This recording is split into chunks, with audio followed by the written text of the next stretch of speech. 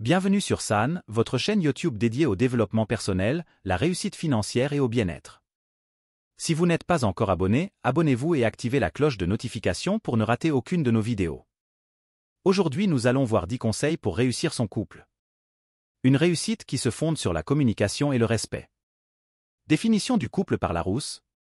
Personnes unies par le mariage, liées par un pax ou vivant en concubinage, un couple uni. Deux personnes réunies provisoirement au cours d'une danse, d'une promenade, etc., des couples de danseurs. Deux personnes animées d'un même sentiment, d'une même volonté, ou que des intérêts, des affinités, des caractères rapprochent, un couple d'amis. Animaux réunis deux à deux, mâles et femelles, ou appariés pour un même travail, un couple de pigeons astérisque. Les exemples cités ci-dessous s'adressent aux hommes comme aux femmes. Planter le décor. Certains ne supportent pas d'être seuls et d'autres apprécient la solitude. Nous sommes tous différents et pourtant nous aimons être ensemble. Nous sommes des êtres de relation et toute notre vie nous cherchons à être en relation avec les autres.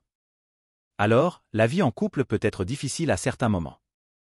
Certains diront, les hommes viennent de Mars et les femmes de Vénus, à tel point que nous venons à dire que nous vivons sur deux planètes différentes. Cela voudrait dire que les hommes qui aiment les hommes et que les femmes qui aiment les femmes s'entendent et se comprennent à merveille car ils viennent de la même planète. Le bonheur et la compréhension d'un couple est valable pour tous. Effectivement, nous avons des façons différentes de réagir face aux choses. Et si cette différence était juste le résultat de valeurs différentes, de besoins différents, de croyances différentes, de vécus différents? L'équilibre d'un couple, c'est quoi? Je suis tenté de vous dire qu'il n'y en a pas. Finalement, chacun établit les règles de son couple et chaque individu est responsable de ce qu'il fait, de ce qu'il ne fait pas, de sa vision du couple. Maintenant, il y a des choses à savoir qui entretiennent des relations saines, où chacun existe comme il est, c'est vrai, personne ne nous a donné le manuel de « comment faire pour que mon couple fonctionne ». Alors on se débrouille comme on peut. La première chose essentielle à savoir sur l'individu, c'est que chacun est responsable de ce qu'il dit, fait, entend, interprète, cautionne, refuse. La deuxième chose essentielle, c'est de chercher à être bien avec soi-même avant d'être bien avec autrui. Je tiens à préciser que ce billet n'engage que moi et que je ne tombe pas dans la généralisation. Le premier critère de réussite d'un couple, c'est la communication. Imaginez le nombre de couples qui ne se disent pas les choses, c'est voué au désamour. Garder les choses pour soi alors que ça nous dérange et les laisser bouillir jusqu'à ce que la cocotte fasse boum. Ce n'est pas bon. Il est vrai que de parler pour parler n'est peut-être pas votre solution. Si déjà, chaque partenaire disait les choses qu'il ressent au lieu de les enfouir, ça serait mieux. Il est évident que si votre compagnon, par exemple, lors d'un dîner vous parle mal et que ça vous blesse et que vous ne dites rien, c'est votre responsabilité. Par le non-dit, vous lui avez fait comprendre qu'il peut agir de la sorte, que ça ne vous pose aucun problème. Il recommencera la fois d'après et ne comprendra pas votre réaction lorsque vous lui direz qu'arrête d'agir de la sorte.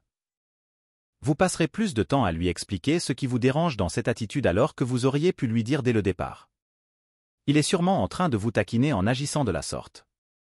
Lui ça ne le dérange pas et vous aussi. Autre exemple, vous n'appréciez pas quand votre conjoint vous demande de faire les choses de façon autoritaire.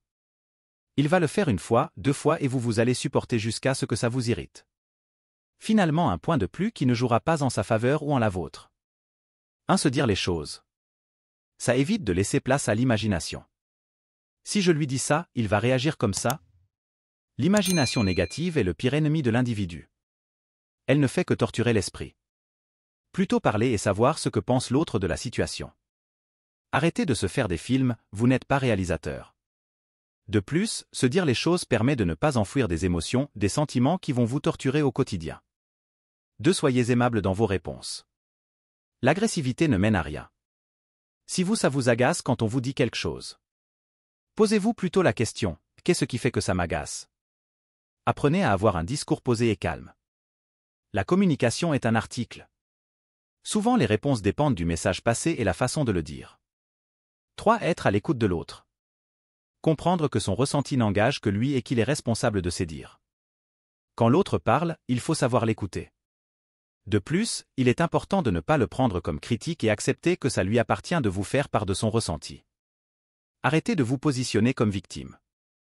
Être à l'écoute de l'autre, c'est aussi être à l'écoute de ses besoins sans vouloir imposer les vôtres qui sont différents. Votre compagnon a des besoins, je ne parle pas des primitifs.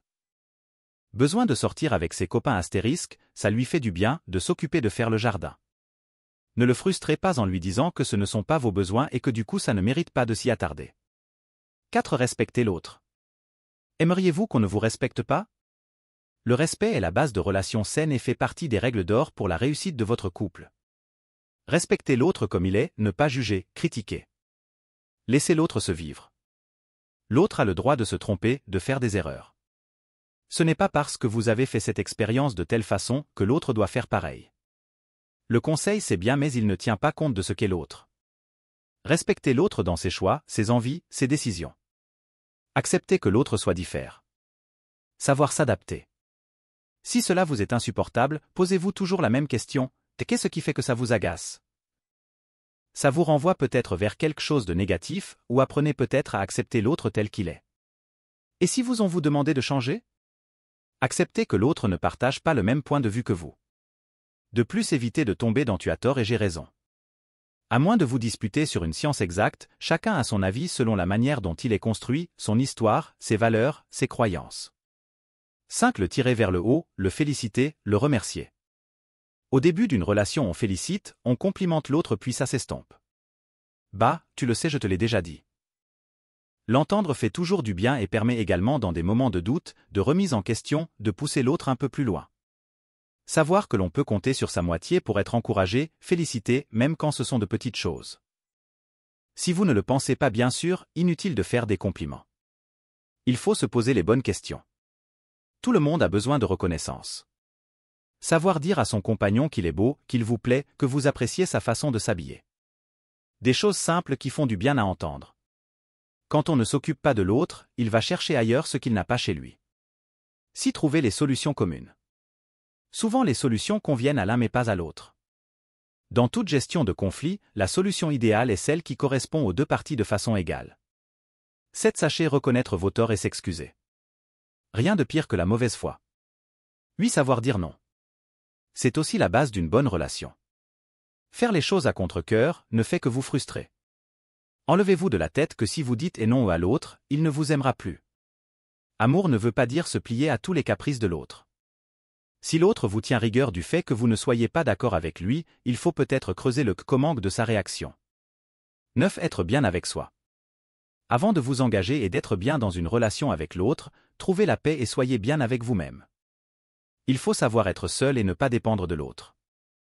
10. Se surprendre au moins une fois par semaine. À vos débuts vous saviez acheter un bouquet de fleurs, préparer un repas aux chandelles, mettre du piment dans vos ébats. Qu'est-ce qui justifie que ce n'est plus comme ça après quelque temps de vie commune? Faire plaisir à l'autre c'est lui accorder de l'importance. Waouh, il a fait ça pour moi. Conclusion. Je finirai en disant que la réussite du couple c'est comme le reste, ça se cultive. Que lorsqu'on souhaite que son couple soit équilibré, heureux, il faut installer des bases, construites sur la communication, le partage, l'écoute, le respect et l'amour bien sûr. Petit conseil, l'amour fonctionne par vagues. Quand une crise aiguë arrive et que l'on sent moins d'amour pour son compagnon astérisque, posez-vous la question, qu'est-ce que je peux faire pour relancer la machine? Que peut-il faire pour que je l'aime plus? Lui dire ce dont vous avez besoin, envie.